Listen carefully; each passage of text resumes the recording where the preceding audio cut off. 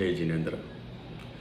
Jainism is a concept or way of life that believes in living a life full of bliss, winning our senses with an ultimate objective of achieving liberation or salvation. Its core lies in the philosophy of life or being a pure soul, free of attachment and aversion. It is believed that the above objective can be achieved by acquiring right faith, right knowledge, and right conduct. Right faith means the correct belief on the elements of truth or belief bereft of perverse views. Faith is the utmost element or most important element that takes us towards our destination, and without faith, it's very difficult to move forward.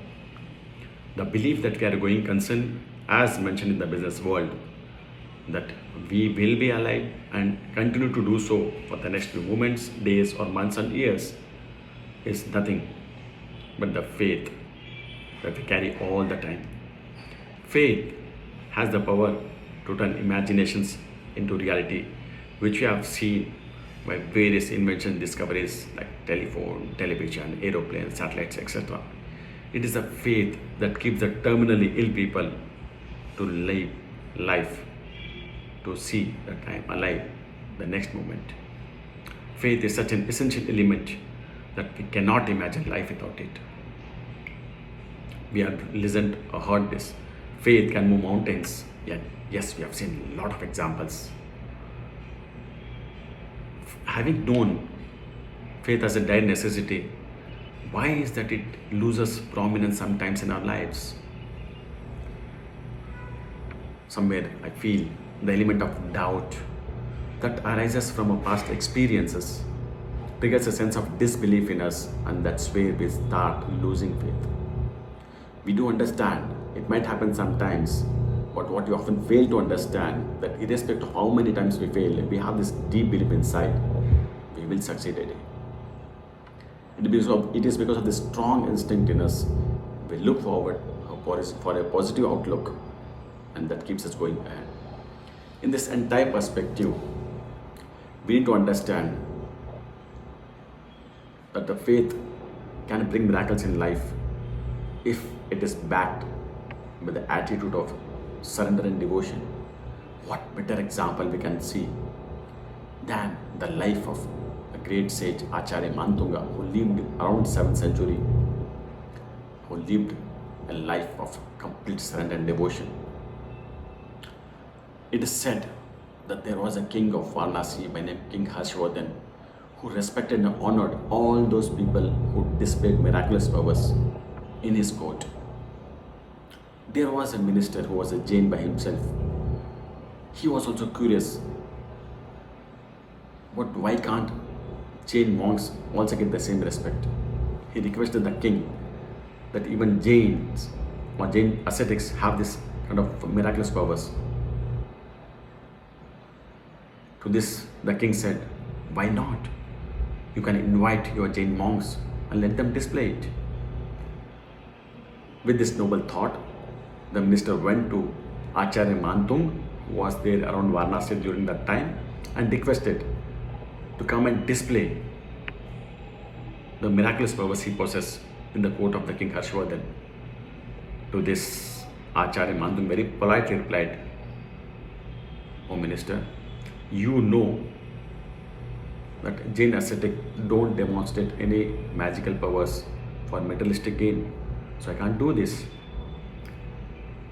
Then the minister requested the sage, "O sage, I do understand this, but I am requesting to come and display. It is because Jain as a religion or Jain as a sect should get a strong foothold in the society." Listening to this, Acharya Mantung agreed to come to the court of the King Harshvardhan. King requested Acharya Mantung to display his powers. Acharya Mantung saw that there were some sages who displayed or who could heal people with leprosy and other stuff. And king had honored them. Seeing this, Acharya Mantung replied, O king, as a Jain ascetic or Jain monk, I am not supposed to display my miraculous powers. So I can't do this. Enraged by this, king ordered to put behind bars the sage. He was put behind the bar in chains or shackles with 48 locks. In the prison, Lord Acharya Mantung introspected that it is the question or the stake of Jain sect that has to be established, and then he started initiating his revered offerings of blessing, offerings to the first Tirthankar of Jainism of this era, Lord Rishabdev. Acharya Mantung was so devoted towards Lord Rishabdev that he wrote in total 48 verses in the praise of Lord Rishabdev with an attitude of complete surrender and devotion. And it is believed that with the creation of each verse, one lock broke out. In this way, all the 48 locks broke automatically at the completion of one of the most revered and miraculous stotra, the Bhaktambar Stotra, which was created by Acharya Mantung to appraise the Jain philosophy and beliefs in the society. When the king came to know about this, he rushed to the sage and bowed down seeking forgiveness. Thus Acharya Mantunga laid a strong foothold to Jain religion in the society at that time. Today, Bhaktambar Stotra is one of the most popular stotra worldwide, recited by many devotees. Bhaktambar Stotra derives its name from two words. Bhakta means devotee and Amar means immortal. It is written in the traditional language of Sanskrit in the form of Vasanta Tilaka Chanda. Typically, there are 14 characters in each line with a specific order. It is believed that this structure helps the devotee to attain the state of equanimity. Some sects believe there are 48, some sects believe there are 44. Irrespective of that, Bhaktamar Stotra is considered as one of the most powerful prayer or hymn with a profound effect on both spiritual and materialistic world. Spiritually, it is helpful in annihilation of past karmas, wrong deeds, etc. It takes the devotee towards purification of his soul by being equanimous, unaffected by attachment and aversion. Bhaktamara finds significance in the field of materialistic world achievements too. Though it is not the primary objective of, let me repeat this, though this is not the primary objective of Bhaktamar Stotra, yet devotees use it worldwide to get rid of grief due to physical illness, improving knowledge, emotional disturbance, psychosomatic disorders and whatnot, even for fulfillment of desires. Yet it is believed that every verse of the stotra carries a different purpose. Bhaktamar Stotra is used today across many parts of the world in dealing with terminally ill patients, even like diseases like cancer also. Lots of research is happening in this field globally. If I talk about the power of this stotra or hymn, it is believed that the power of Bhaktamar lies in each and every alphabet of Bhaktamar Stotra, which is called Bijakshara in Sanskrit.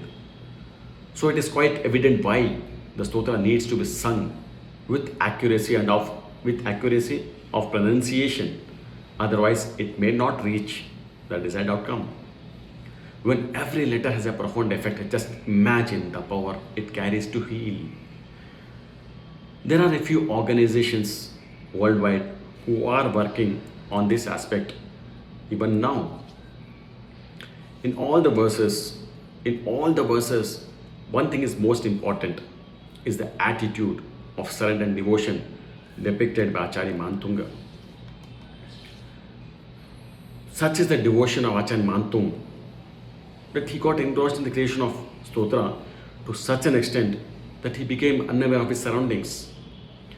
The true power lies in the strong belief system and the faith one holds in reciting the Simon. In each verse, Acharya Mantung highlights and praises Lord Rishabdev about his qualities, his aura, his beauty of body and face.